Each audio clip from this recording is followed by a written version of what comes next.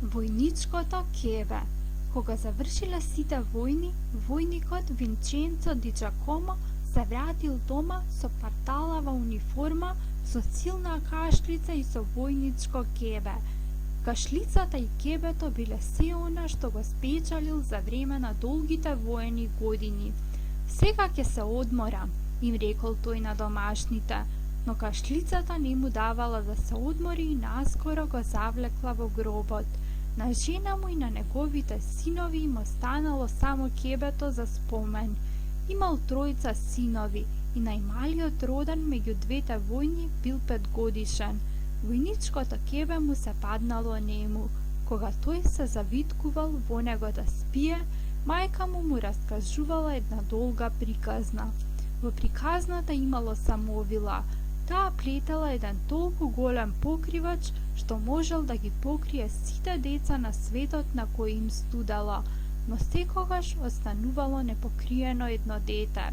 Тоа плачело и попусто молело за едно крајче од покривачот да се стопли. Тогаш самовилата го расплетувала сиот покривач и почнувала одново да го плете, да го направи малку поголем, зашто тој покривач требало да биде од едно парче и по него можеле да се стават додатоци. Добрата самовила работела ден и ноќ, плетала и расплетувала, никогаш не се уморувала и малиот заспивал секогаш пред да сврши приказната, така што не го разбирал крајот.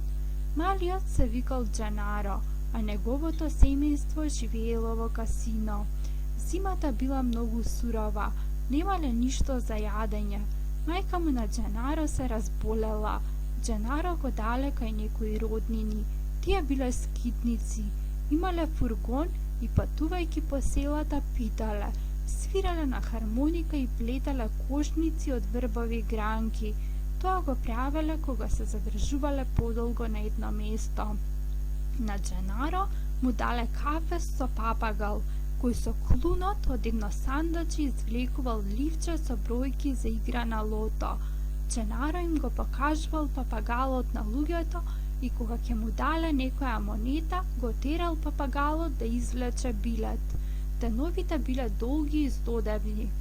Често престојувале во села каде што луѓето биле сиромашни и немале што да им дадат за милостина. Тогаш Џенаро добивал потенко парче леп и попразна чинија чорба.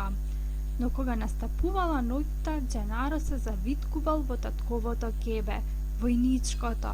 Тоа му било сето негово богатство и во неговата топлина сонувал папагал што му раскажувал приказна. Еден од скитниците служал војник заедно со татко му на Џенаро. Се приврзал за детето и почнал да му објаснува стотици работи со кои патем се сретнувале.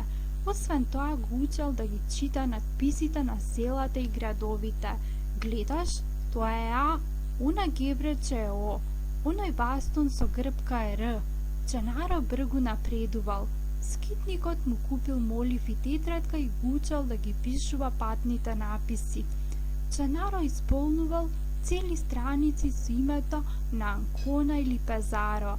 Еден ден успеал сам да си го напише своето име, буква по буква, без грешка. Какви убави соништа сонувал таа ноќ во војничкото ќебе на татка си. И каква убава историја е ова, макар што не завршува и се надвиснува на сред пат како прашалник без одговор.